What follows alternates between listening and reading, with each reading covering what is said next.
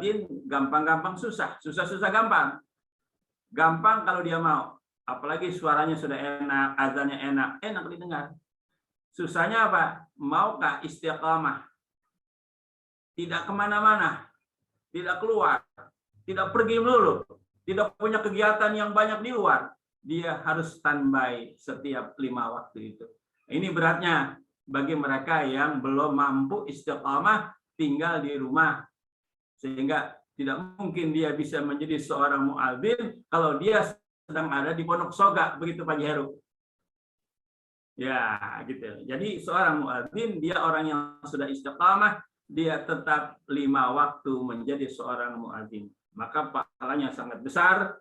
Ya, pahala orang yang sholat berjamaah semua dia dapati. Kemudian sepanjang jauh suaranya terdengar, orang lain melakukan sholat, dia juga mendapatkan pahala.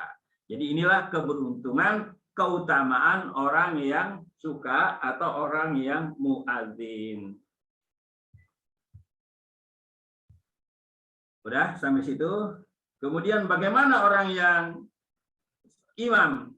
Imam di sini ada hadisnya ya. Jadilah orang yang menjadi imam. Kalau engkau tidak mampu menjadi seorang muadzin, jadilah seorang imam. Jadi dengan dia melakukan menjadi imam juga mendapatkan pahala. Nanti kita baca hadis dari awal dulu. Jamaah sekalian yang berbahagia. Hadis yang berikutnya, qala Rasulullah sallallahu alaihi wasallam al-maridu dhaifullah ma dama fi maradihi. Nah, ini agak sedikit tapi karena ada kaitannya ini hadisnya dengan yang berikutnya. Orang yang sakit itu adalah seperti tamu Allah. Orang yang diberi penyakit berat, ya, apakah stroke, penyakit apa aja yang berat, dengan catatan dia muslim, bukan non-muslim.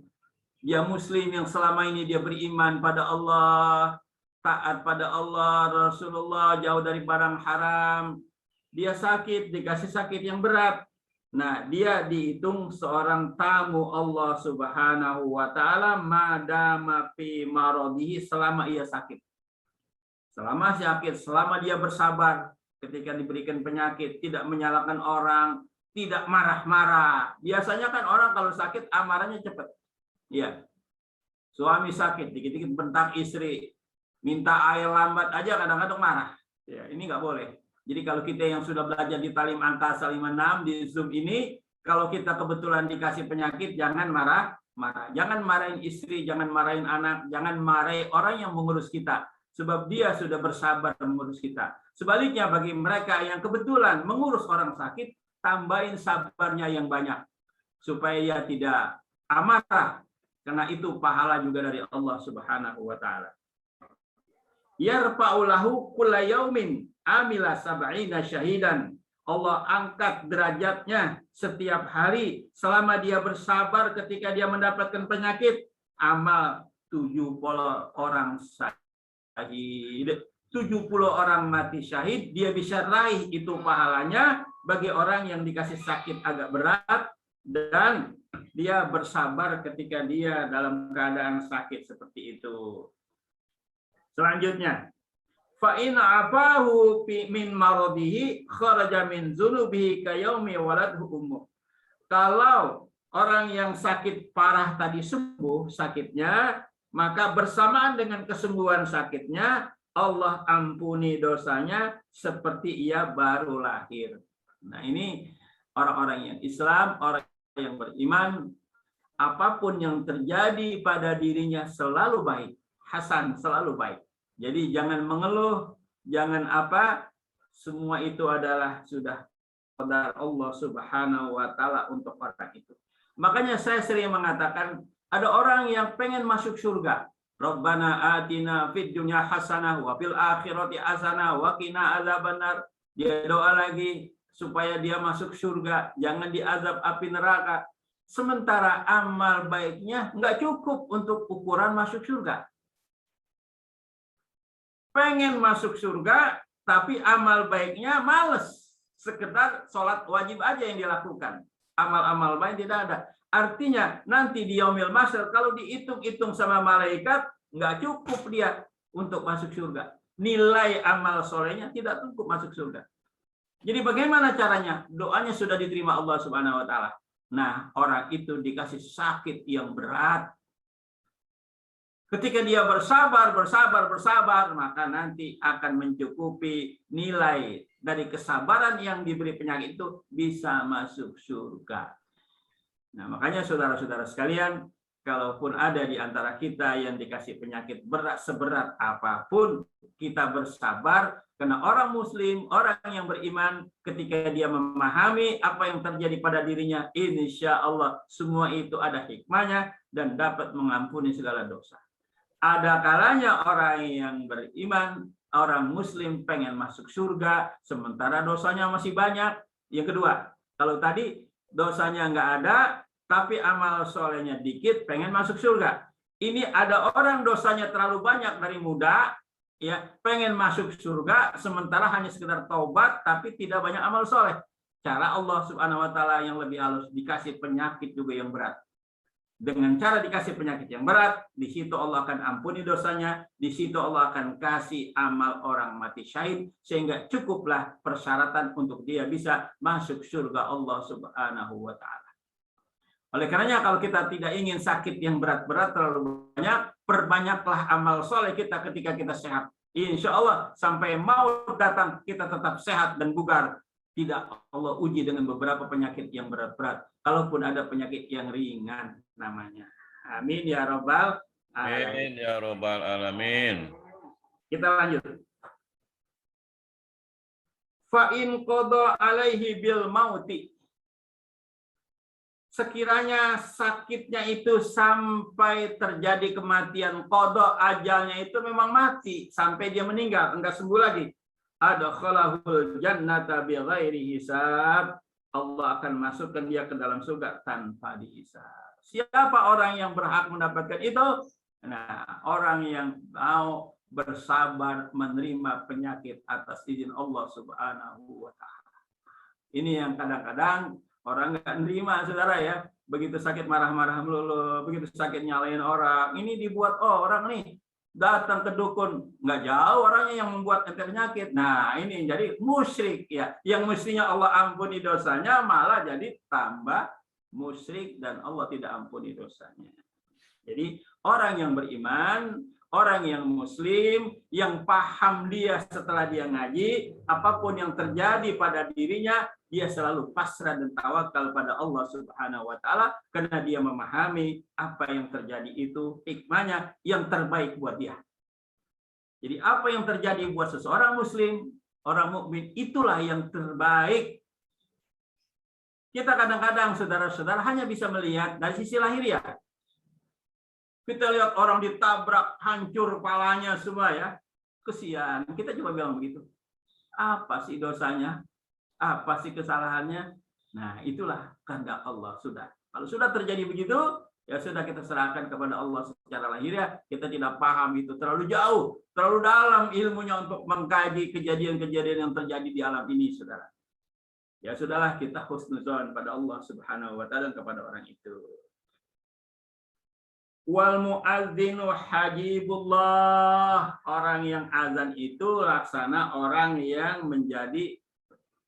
menjaga pintu, ya dia adalah orang yang dapat memberitahu kapan orang itu waktu masuk sholat. Yutihi bikulli azanin sawabu alfi nabiyin. Allah berikan orang yang muazin itu setiap dia azan pahala 1000 nabi. Tuh, tukang azan setiap berazan pahalanya 1000 nabi. Wal imamu wazirullah. Seorang imam salat itu adalah laksana menteri Allah, pesuruh Allah Subhanahu wa Ta'ala. Yu'tihi bi kulli salatin sawabu alfi sodiqin. Allah berikan pahala setiap dia menjadi imam 1000 pahala orang yang jujur, orang yang sodiq. Jadi imam, kalau kita jadi imam, kita diberi pahala 1000 orang yang sodiq, orang yang jujur. Wal alimu wakilullah ta'ala. Orang yang alim di dunia ini adalah wakil Allah. Atau dalam hadis yang lain, al ulama warasatul anbiya, seorang ulama pewaris para nabi. Jadi wal alim wakilullah, orang yang alim itu wakil Allah. Jadi kalau kita mau minta sesuatu kepada Allah, ya cari wakilnya. Nah, di dunia ini adalah orang yang alim. Orang yang alim, ulama yang alim, yang mengamalkan dengan ilmunya. Banyak ulama yang tidak mengamalkan ilmunya. Ya, amal perbuatan yang dilakukan tidak sesuai dengan ilmu. Sekarang ini bahasanya apa? Bahasa ada ulama yang bengkok, ulama yang lurus, garis lurus ya. Itu ada bahasa begitu. Jadi siapa yang menjadi wakil Allah, ulama yang mana, orang yang alim yang mana? Yang menjadi wakil Allah adalah orang alim yang jujur, orang alim yang mengamalkan ilmunya.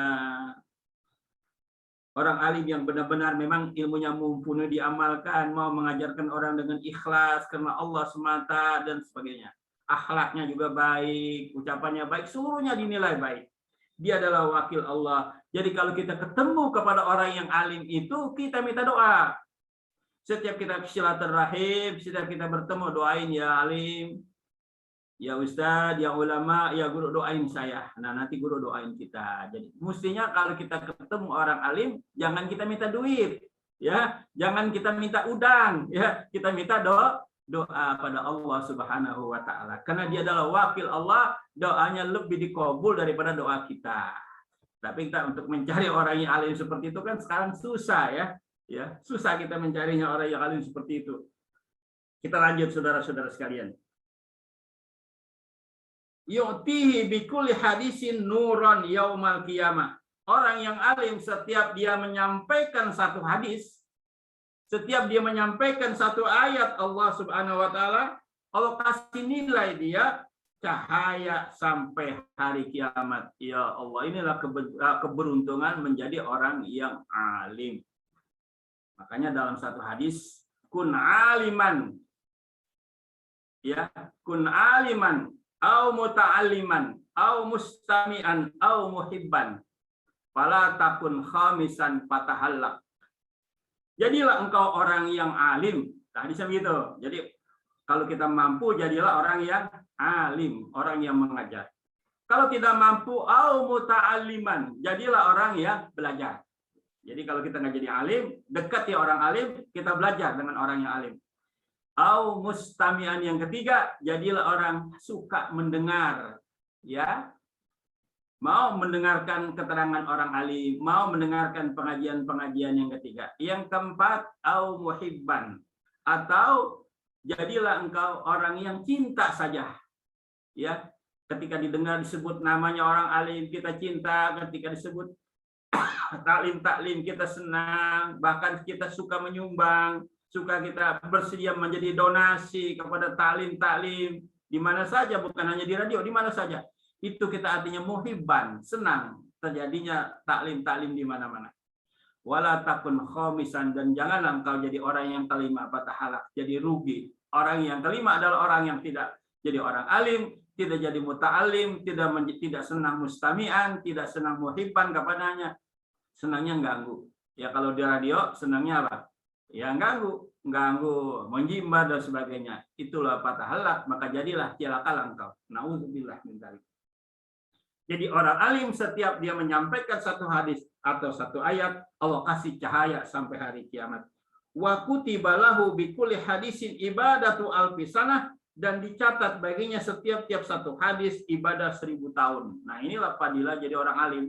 Besar, ya enak, tapi kita belajar dulu dari awal, ya dari kecil kita sudah belajar mestinya. Kalau sekarang pengen jadi orang alim kayaknya bisa sih, cuma ya gimana ya, udah tua, belajar udah susah dan sebagainya. Tapi tetap kita semangat belajar, ya ada motivasi kita belajar melalui Zoom seperti ini yang tadinya kita belajar hanya di radio, hanya kita mendengar suara, tapi alhamdulillah kita bisa langsung melihat yang zuru alim, yang zuru muta'alim semua. Kita bisa melihat guru, kita bisa melihat jamaah kita semua. Amin ya rabbal alamin. Pahalanya setiap satu hadis yang dibaca sama dengan ibadah 1000 tahun. Wal muta'allimuna minar rijali wan nisa. Seorang pelajar, seorang murid, baik dia laki-laki maupun perempuan, hum khadamullah, mereka adalah bujang-bujang Allah, khadam Allah. Fama jazauhum illa jannah, maka pahalanya para pelajar, para mustami, para muhib dengan taklim ini pahalanya illal jannah, kecuali surga Allah Subhanahu wa taala. Makanya ada hadis, man salaka tariqan yaltamisu fihi ilman sahalallahu tariqan ilal jannah. Barang siapa yang berjalan menuju majelis taklim, maka Allah mudahkan baginya jalan menuju surga Allah Subhanahu wa taala. Amin ya rabbal alamin. Mudah-mudahan saudara kita yang ngajar, yang belajar, yang mendengar, yang mencintai, insya Allah kalau kita ikhlas karena Allah, dengan catatan kita beriman pada Allah, kita sudah bertobat pada Allah, maut dia, matinya insya Allah illal jannah, kecuali Allah sudah siapkan surga Allah Subhanahu wa taala. Amin ya rabbal alamin. Itu hadis saudara-saudara sekalian yang menjelaskan tentang orang yang azan, fadilah orang yang azan, fadilah orang yang menjadi imam, serta fadilah ulama atau alim ketika ia mau menyampaikan ilmunya dengan izin Allah, dengan ridha Allah, dan dia ridha pada Allah Subhanahu wa taala. Kaum muslimin yang berbahagia,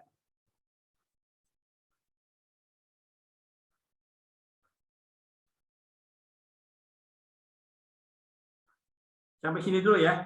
Nanti kepanjangan sudah setengah jam ya. Sampai sini dulu pemaparan tentang makna muadzin, mana jadi imam dan sebagainya. Pak Surya silakan ditutup dulu. Nanti baru kita lanjut dengan tanya jawab, nggak usah dimasukkan dalam ini, nanti kepanjangan. Terima kasih. Wassalamualaikum warahmatullahi wabarakatuh. Masuk sesi kedua.